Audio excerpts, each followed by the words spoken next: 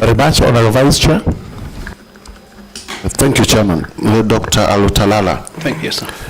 One of the biggest issues that has been coming from the past management of our elections has been the issue of ethical behavior of staff and commissioners, in the sense that some are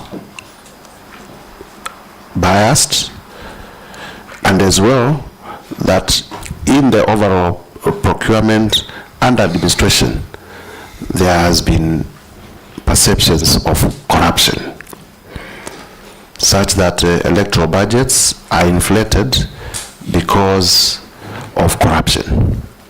So I would want you, number one, having had represented the party called ANC and his party leader, if the party leader of ANC was to be a presidential candidate, how will you behave? Number two, what are you going to do in terms of sealing corruption loopholes at Iebc? Right. Thank you so much, Moses.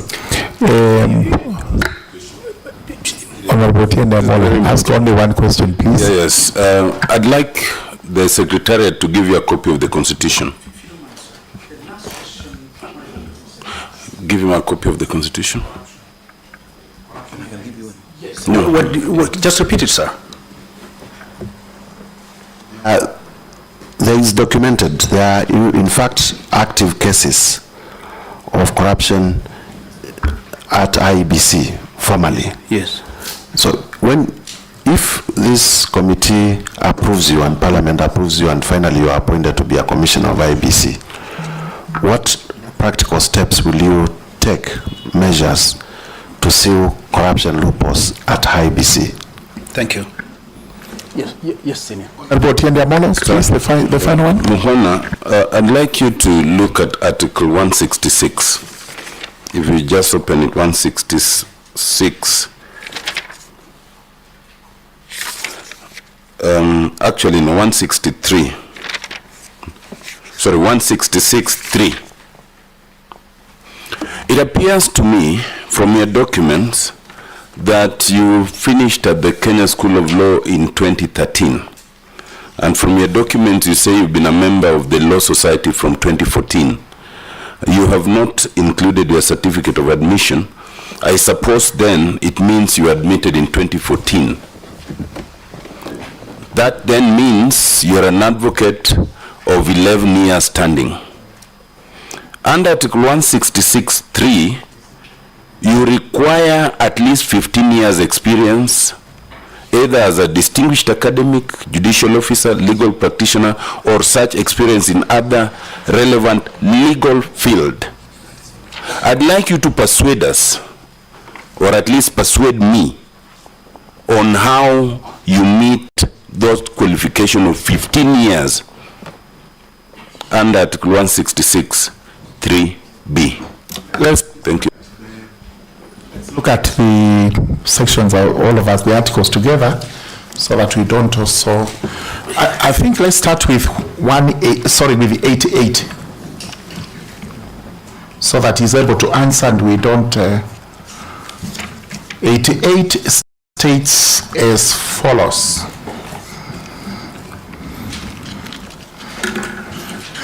For the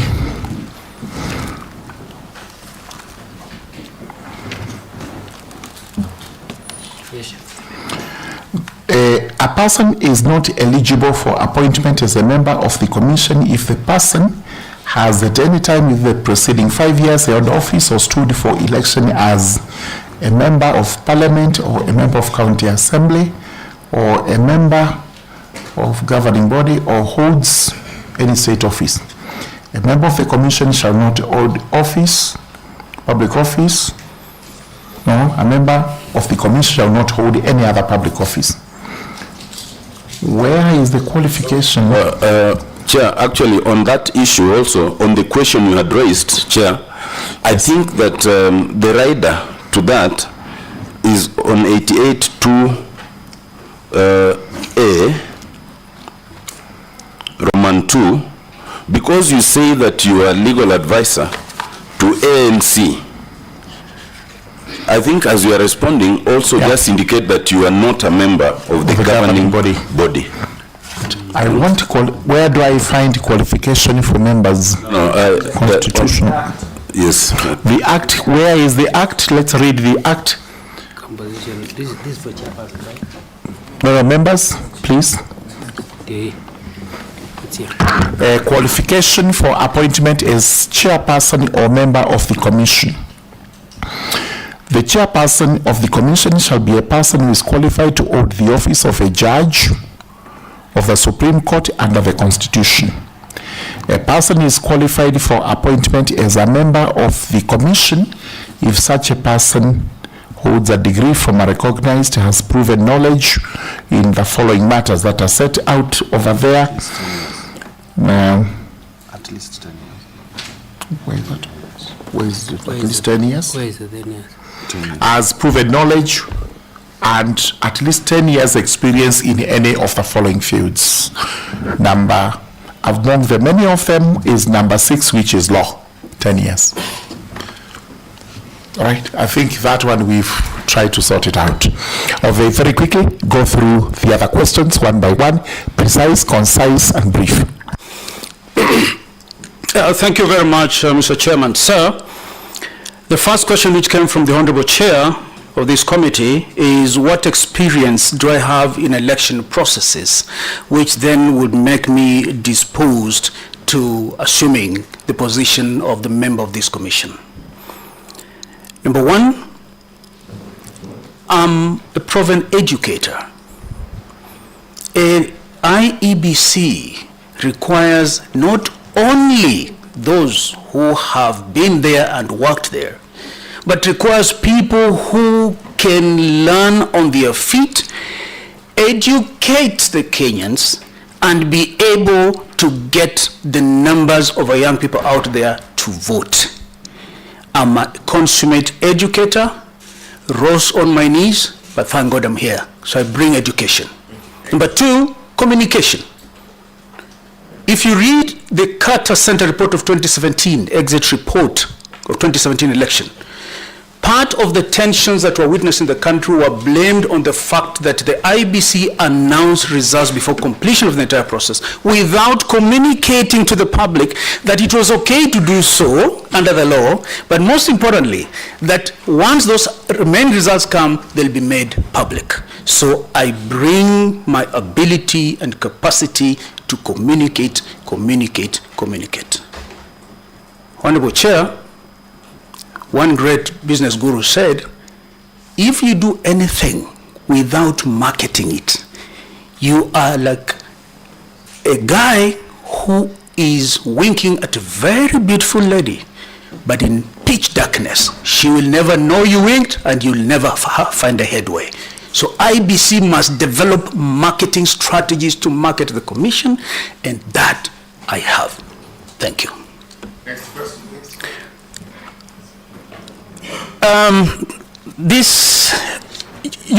The next question again was from the chair, Honorable Chair. Thanks for the good remarks that have been an outstanding advocate for the ANC party, and therefore there are insinuations that have been brought here to get keep. And I'll tie that with what my learned senior has alluded to, whether my presence in ANC has anything that would bar me from this position. Far from it. I was the lawyer for ANC in my capacity as a professional lawyer and a consultant. I still appear for ANC until when it wound up the other day.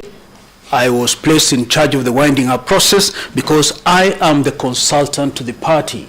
I'm not a member of the organ of ANC party, which in any event, it is now defunct and it's not an issue at the moment. I thank you.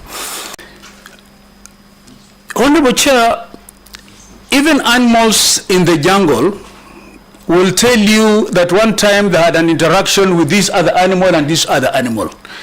It is unusual that you'll have a nominee here who has never met anyone in the political field, never known anyone, and therefore he has just fallen from mass. My association with the ANC party has been part of my mentorship as a lawyer.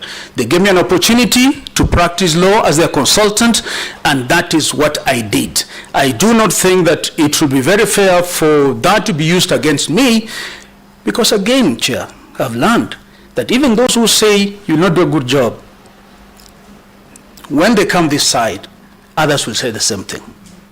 So many times it is not a very fair perception, but we are humans. We must take them in stride. That is in answer to the questions from the Honorable Chair. The Honorable Mogaka. You are a member of the governing party. I've already responded and said I was an ANC lawyer.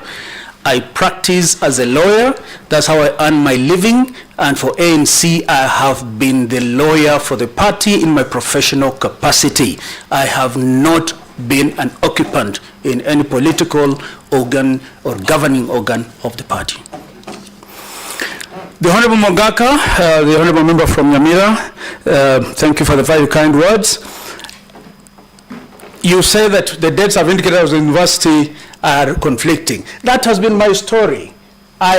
Even when I joined the University of Nairobi, actually I enrolled in 1999, but I could not even get going until those dates that are indicated on that particular one. And for your information, if you look at my certificates, the transcript, they came way later. Because whereas those who were lucky to have the money and pay, they graduated way earlier than me. I graduated way later. So there is no material conflict. It's just the story of my troubled childhood and upbringing. But it's a journey I'm proud to say I went through. Presidential Task Force. The Presidential Task Force that I have been a member is the one that deals with the presidential, is a Presidential Task Force for addressing human resources for health. You know, there's been a big problem in the medical, with our hospitals, in the Ministry of Health. So I got the favor of His Excellency the President of the Republic to be a member of the Presidential Task Force. And that which has since been injuncted by Parliament and is not moving. Actually, it has been stopped, although there is an appeal. So yes, I was appointed, but as we speak, nothing's happening because there is a court ruling against it. A member of UDA... Chair, may I interject on that presidential... yes, Honorable Mogaka. I just wanted clarity whether the president that appointed into that task force is Dr. William Ruto. And therefore, in the event Dr. William Ruto is a candidate in a presidential or any other election, will he be conflicted, or will Kenyans trust is referring from Iebc? Because that is the material thing. Thank you. Very good. Confirm to that. The president... When it was? The president saw something useful that I could add to the nation. I don't think he chose me so that if he stands for election... Which president? Uhuru Kenyatta? His Excellency, the President, Dr. William Samoei Ruto, the current President of the Republic, saw something useful in my capacity and appointed me to be a member of that Presidential Task Force. I do not think that where he sits, with profound respect, he expects that if I get this job, I will not work in accord with the dictates of the Constitution and the law just because he gave me a job. From where I sit, I've done a good job there, I'll do a good job there. If I had done a bad job at the ANC party, as they've mentioned, I'm sure not have landed at the task force, because people always get these referrals. Even Jesus Christ in the Bible asked his disciples for feedback, and he asked, who the people say I am? So without a good feedback, nobody will touch you. But the fact that someone has touched you, he has been graceful to give you a job, does not mean that now when you get this other job, you will therefore not do the job correctly because you benefited from his favor. That is stretching generosity a bit too far. May I kindly go to the next questions? The Honorable Mogaka had said, what if UDA fields a presidential candidate and then wins? Will Kenyans believe the result just because I have benefited from His Excellency the President's appointment?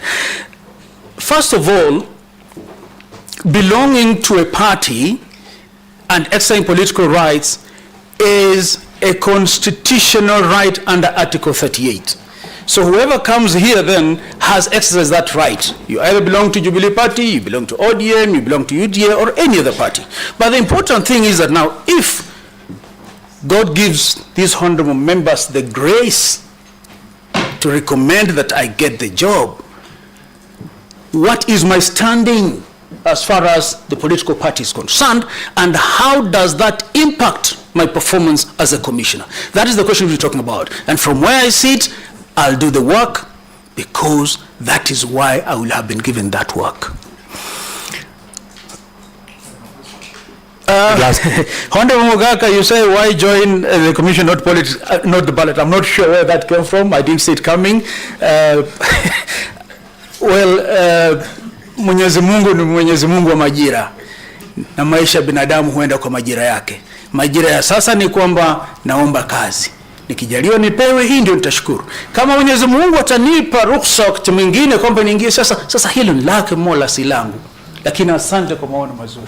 Yeah, he's just perceived. He's listened to you, examined you, and eventually he's concluded possibly should be running for an elective position and not going for Iebc commission.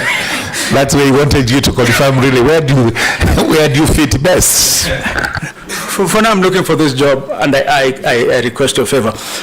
The Honorable Makali, my senior brother in legal practice from Kandui, Muskoma Primary School, you said there is a trust deficit. Kwamba wa Kenya hawaamini IEBC. Si kwamba Kenya hayaamini IEBC, ni kwamba wa Kenya hawaaminiani wenyewe kwa wenyewe. Zamani babangu alikuwa ananionya, zamani walikuwa naambiwa chungeni wanyama wa mwitu mkitembea barabarani, watawakula. Siku hizi ananiambia kwamba babangu Java ni yungali hai Lamin, anasema kwamba siku hizi ogopa binadamu mwenzako, na nitaongezea ogopa Mkenya mwenzako. Kwa hivyo shida si IEBC. We must address the bigger problem. But for the interest of time, allow me, the Honorable Chair, sir, just to give what I think would be a first step in addressing this problem. The biggest problem in our election patterns has been that there is this perception that the bigger ethnic communities will gang up and they'll have it all. And why is it that those who are more in numbers indeed have done that? It is because the electoral system we have allows it. What is our electoral system? It is a majoritarian system, as opposed to the proportional representation system. A majoritarian system simply says, kwa sababu tutasema wengi wape, usipowapa watachukua kwa wingi wa mikono yao. That is what the majoritarian system says. So in Kenya, as long as you know that in our place our mothers have worked very hard and therefore we are many, and you look at the other side where mothers have also done a good job and they are many, you don't care about the other smaller ones. And why should you? Because you just need 50 and then you add 1. So if I can go to one region and get 30% of the population just by going to the leaders of that region, and go to another and get 20, why should I bother with the small tribes? So the problem is not because IEBC has an inherent problem. The problem is because the ecosystem within which IEBC is operating is faulty. Why don't we try the party list system of election, where you have an election system that provides that we will vote on the basis of parties. For example,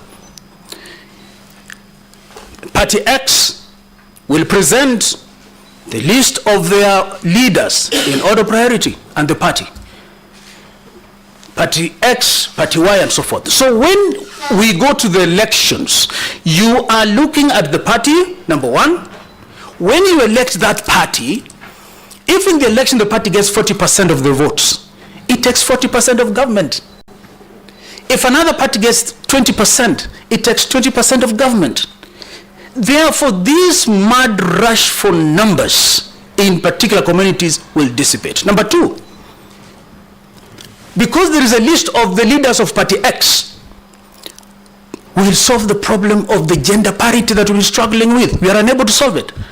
Because the citizen will look at the party which has complied with the two-thirds gender rule, PWD, marginalized, and even know who will become the minister if that party wins. That will also, you are sure that by casting your vote, you are casting to the right party.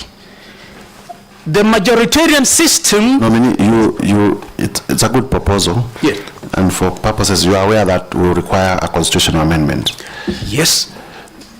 Because the question, this issue of trust deficit has been an anathema in this country.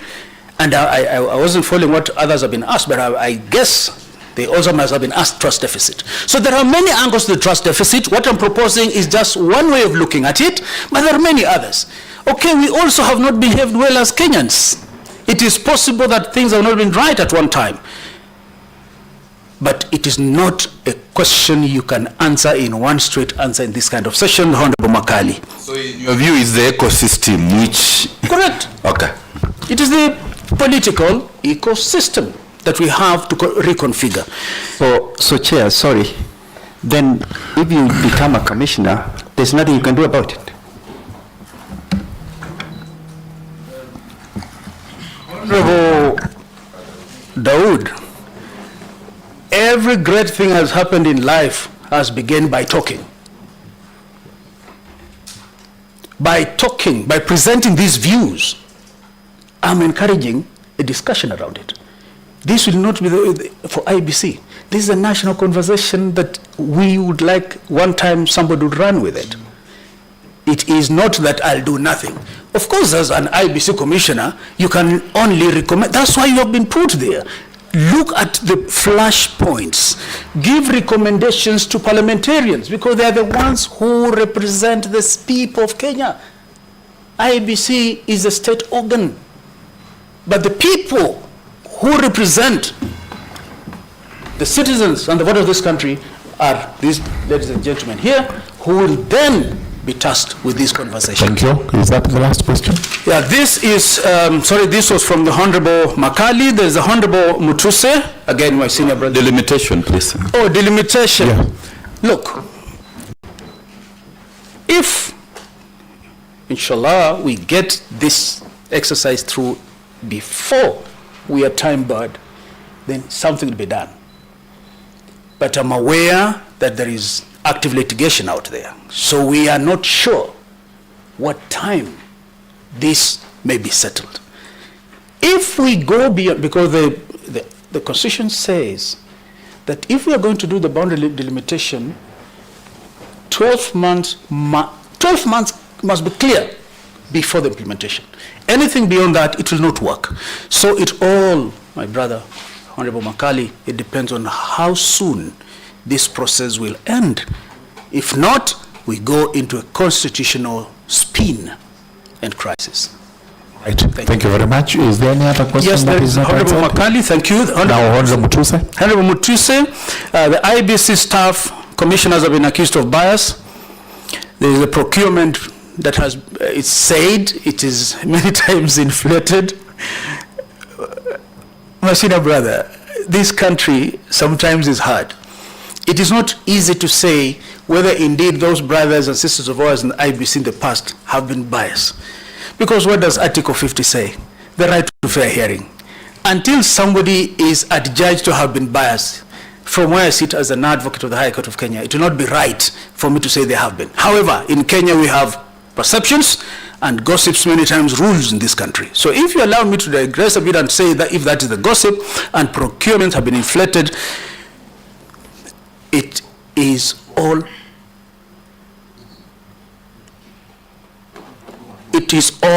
about the human nature. The laws are there, you have to do what's right. You're sitting in that chair, you know what to do, you have to do it right. If something happens to you and you decide to do what you want, how will we deal with you? It is the law that will deal with you. And that is why some sages have said that sometimes there are no more devils in hell. They're all here. And one will be tempted to think they're all in Kenya. Because if you have the rules in front of you, that are the procurement rules, the best you can do is to go by them, and if you have a problem going by them, refer to the appointing authority. But I know that there have been problems, and some of them are human problems, some of them are ecosystem problems, like I've said to my brother, Honorable Makali. What if the leader of ANC, we do not have ANC now, but what if members of the ANC participate in elections, say go for presidency, would my presence here be deemed to impact negatively or positively? Look, Alutalala Mukwana cannot be the commission. There is collegiality in the commission, and decisions of the commission are made at the plenary. In any case, if at one point I should encounter a situation where I feel I'm seriously conflicted as not to render my constitutional duty as a commissioner of Iebc, if I'm favored by these honorable committee members, then I declare conflict and let the decision be made by others. How may I seal corruption? Again, the ecosystem.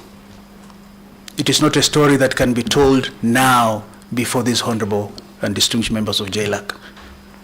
It is a story that requires a national conversation. The other day somebody asked, why do you say our police officers are corrupt? Do they put the money, do they pick the money from your pocket? It looked crude, but there was a point there that it takes two to tangle. So why is it that we have succumbed? We will say, if you don't do, you're in more trouble. But you can also say, you would rather get into trouble, but right the wrong. It is a difficult conversation. This forum today cannot answer all that. Thank you. Finally, Honorable. Yes, finally, let him do finally then. Just interjections. Just to help you on that question, I think you answered my second question. On the first question, just answer it by indicating the date of your admission. That's all you need to indicate. The date of my admission is 2014. That is when I got the admission. It is in my record, the admission certificate. All right, thank you. So Honorable Mogaka? Chair, I wanted, as he concludes response to the Vice Chair's remarks, my concern is, and I admire the strong opinion about the ecosystem of our electoral system. My question is, given, rather, in the event we have an overload of lawyers in the commission, is the country risking divergence opinion and lack of consensus, and therefore a worse than a 2022 situation?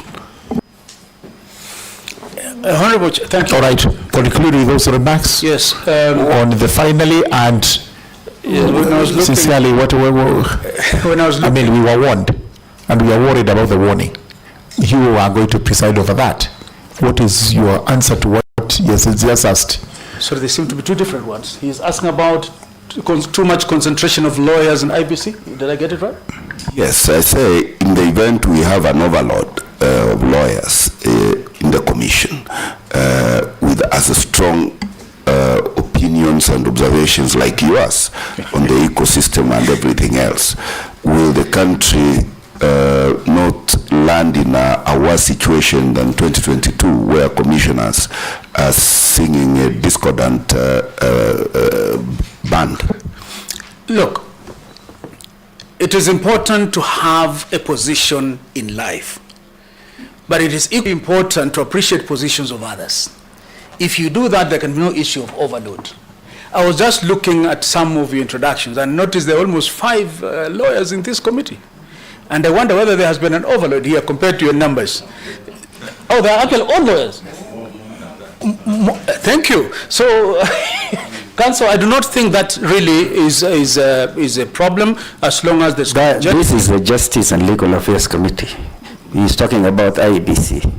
Yes, but Justice and Legal Affairs Committee, the issues they handle are not just about the law. I've looked at what you handle, it's beyond the law. So basically, you... Chair, we have not heard discordance from JLAC, but we have heard it from IEBC before, and that is why I'm asking, and it is a very serious issue to Kenyans, because in the absence of agreement on what the result from IEBC is, where do we leave this country? Chairman, thank you very much, Honorable Mogaka. Just for laughs, luckily the split screen did not involve at least one side, the lead of the other side. I don't think that was counsel, was she? I don't think she was. And so it is safe to have counsels around. After all, IBC many times is on a legal drip. Many times. All your questions, I think you have. Thank you very much.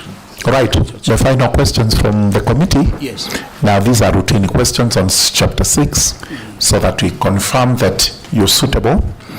Number 1, have you been convicted of any criminal offense in your past? Like, no. No. And number 2, have you been named as having contravened chapter 6 of the Constitution on ethics? Number 3, which conflict of interest do you have with IEBC, or are you likely to have any?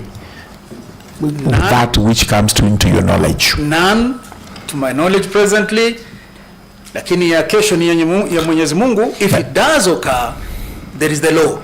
There is the law which will dictate what you're going to do. I'm supposed to do. Yes. All right. Pro bono work? Do you do pro bono work? Yes. I do a lot. The Honorable Makali talked about my TV. I do a lot of civic education. Both on international media, TV, radio. But I've gone to the villages in vernacular stations, and I do a lot of pro bono civic education on the rights of your rights of arrested persons. What do you do when you have a dispute of land? Okay. And I'm huge on that one. Very good. Thank you. Finally, we've heard of the corruption in IEBC. We are alive to it, and you must be cautious so that we monitor how you're going to progress. Yes. What is your net worth?